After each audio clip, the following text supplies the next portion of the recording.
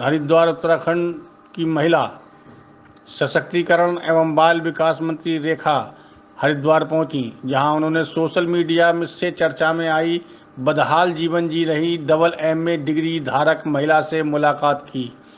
Kumaon university की छात्र नेता रही हंसी प्रहरी 12 सालों से हरिद्वार में भीख मांगकर अपने पेट भरने का काम तो कर रही है, बल्कि अपने बेटे को भी पढ़ा लिखा रही है। मामला संज्ञान में आने पर हरिद्वार पहुंची रेखा आर्य ने हंसी से 1 घंटे बातचीत की और उन्हें सरकार की तरफ से महिला विकास विभाग में नौकरी और आवास देने का ऑफर दिया।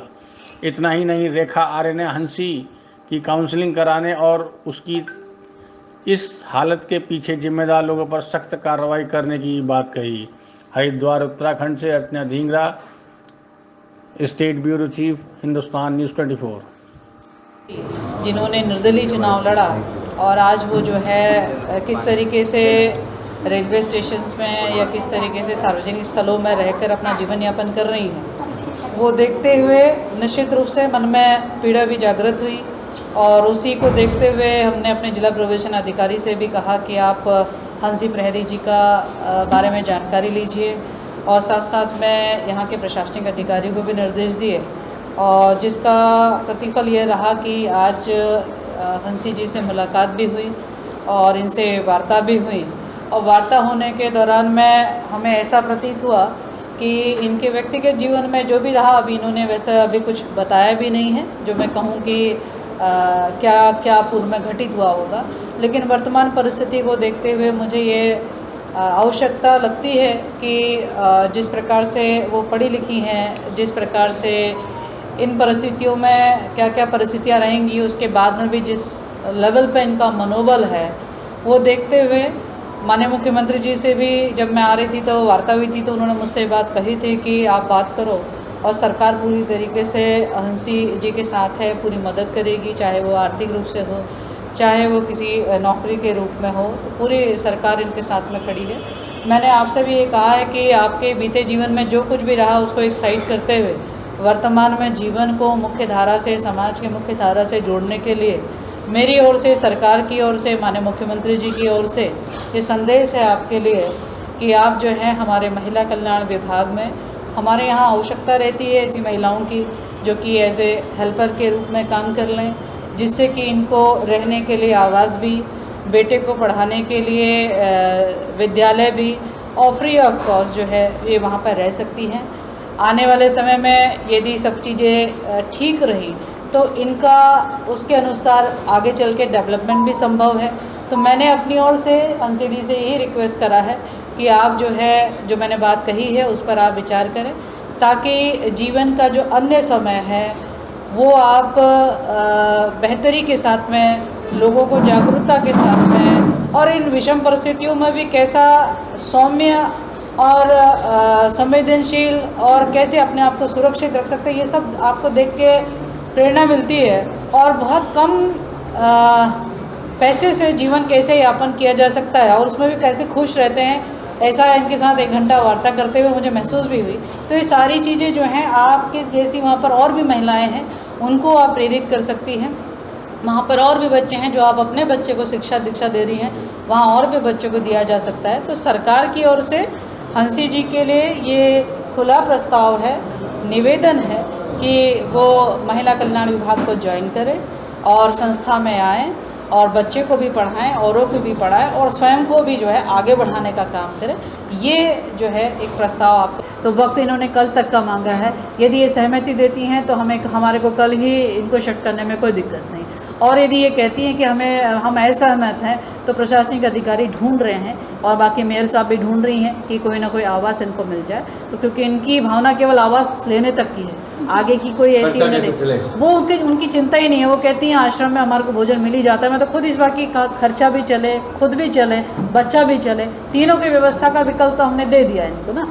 अब उसके बाद में आपकी अपेक्षा की केवल मुझे आवास मिल जाए, बाकी चिंता मेरी कोई ऐसी विशेष चिंता नहीं है। कहने का मतलब आश्रमों में शायद भोजन या भंडारा चलता है तो वहाँ से ये ग्रहण कर लेती हैं, ऐसा आपका कहना है। तो अब ये जैसा अपने लिए, इंसान अपने लिए ज़्यादा बेटर सोचता है कि दूसरे से ज़्यादा, तो ये जैसा बताएंगे हमें कोई दिक्कत नहीं। मानवता होने के नाते और मुख्यमंत्री जी के निर्देश होने के नाते इनके साथ हर परिस्थिति में इनके साथ खड़े हैं। मैम, हेल्पर के तौर पर हो, केयर टेकर के तौर पर हो, ये जब विभाग को ज्वाइन करेंगी बाकायदा जो सैलरी मिलती है वो सैलरी मिलेगी, बाकायदा जो इनके बच्चे को एजुकेशन चाहिए वो एजुकेशन मिलेगा, बाकायदा इनको वहाँ पर रेसिडेंशियल के रूप में रेसिडेंस रहने को मिलेगा। ये 2-3 व्यवस्थाएं इनको तत्काल मिलेगी। इस प्रकार की कोई उत्पीड़न की बात किसने करी, क्या इनके अपने निजी जीवन में घटनाएं घटित हुई, उसके बारे में बहुत डिटेल से अभी इन्होंने कुछ भी नहीं बताया। ये परीक्षण का बिंदु रहेगा। मैं समझती हूँ कि इनके अब तक में क्या बीत चुका है ये जब खुद बताएंगी, मैं समझती हूँ यदि कोई भी दोषी होगा उसके विरुद्ध कार्रवाई तो सुनिश्चित की जाएगी।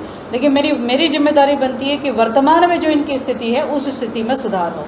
तो उस स्थिति के लिए सरकार जिम्मेदारी लेती है और सहजता के साथ जिम्मेदारी लेती है और उसके लिए इनको प्रस्ताव भी सरकार ने अपनी ओर से दिया। कोई काउंसलिंग भी हुए हैं, हमारे विभाग के काउंसलर आई हुई हैं, साइकोलॉजिस्ट आई हुई हैं।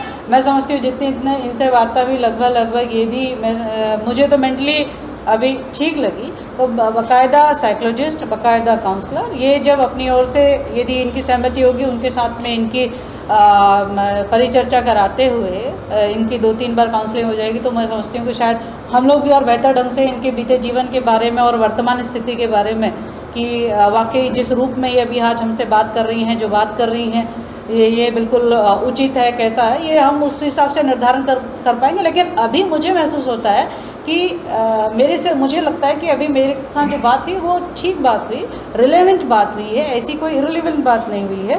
तो मुझे लगता है कि यदि जो मैंने इनको ऑफ़र दिया है, सरकार ने जो इनको ऑफ़र दिया है उसको स्वीकार करती है तो मैं समझती हूँ कि बीते दिन जो हो गया अब ये इसको लेकर अब अपने बच्चे को लेकर अब आगे का जीवन जो है वो ठीक से कहना है हंसी जी का कि मुझे देहरादून नहीं जाना, मुझे अपने मायके में भी नहीं जाना। ये बात मैंने कही कि आप रणखिल्ला जाना चाहोगी तो वहाँ भी वो नहीं जाना चाह रही हैं। उनका यहाँ हरिद्वार से आध्यात्मिक रूप से भी एक लगाव उन्होंने अपना व्यक्त करा है, तो उनकी इच्छा हरिद्वार छोड़ने की बिल्कुल भी नहीं है। तो मेरी भी कोई मैं समझती हूँ कि उनकी सहमति में मेरी सहमति है। जो मैंने ऑफ़र दिया है, सरकार ने ऑफ़र दिया है, वो हरिद्वार के लिए ही ऑफ़र दिया है। यहाँ रहते हुए अध्यात्म भी ग्रहण करते हुए और स्वयं को भी सशक्त थोड़ा विचार करेंगी तो वही अपने आप में अभी मैं समझती हूँ इनके लिए ठीक रहना चाहिए। और यदि ये उसके लिए तैयार नहीं होती है तो हमारे प्रशासनिक अधिकारी लगे हुए हैं कि जहाँ जिसके आसपास भी ये रहना चाह रही हैं तो ऐसे संस्थाओं से बात की जा रही है कि क्योंकि आपकी भी इच्छा केवल आवास मिलने की है, बाकी मैं जीवन ऐसे ही चला लूँगी ऐसी भावना है। तो हमारी ये भावना है कि क्योंकि जीवन चलाने के लिए कहीं ना कहीं अर्थ की भी आवश्यकता रहती है, तो वो चूँकि स्वावलंबी हैं तो काम भी करें और हमारी संस्था में आप वहीं पे भी बच्चे भी रहते हैं, महिलाएं भी रहती हैं, तो दोनों चीज़ों का योगदान जो है वो हो सकेगा।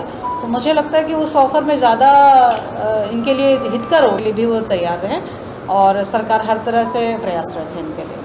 मैडम आप हंसी का नाम है मेरा। बस देश काल परिस्थितियाँ कह लीजिए, क्या बताऊँ, कहाँ से स्टोरी शुरू करूँ कहाँ फिनिश करूँ।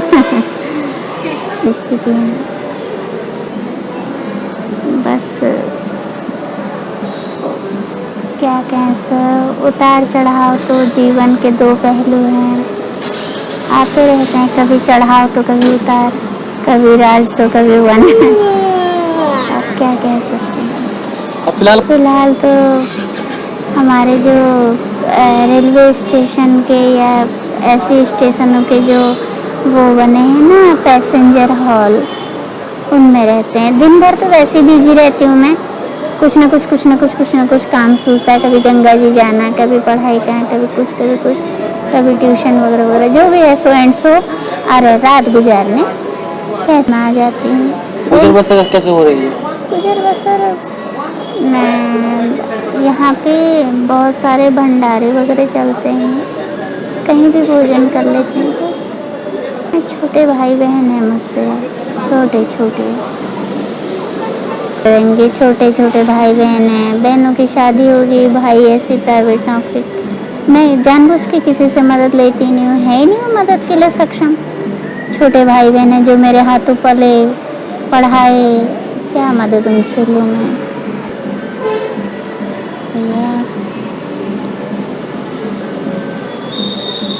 मैं कोशिश करूँगी आगे को पढ़ाने के भी। प्रेजेंट में तो लगता नहीं कि मैं पढ़ाऊँ, ना बॉडी लैंग्वेज अलाउ कर रही है, ना पर्सनैलिटी अलाउ कर रही है।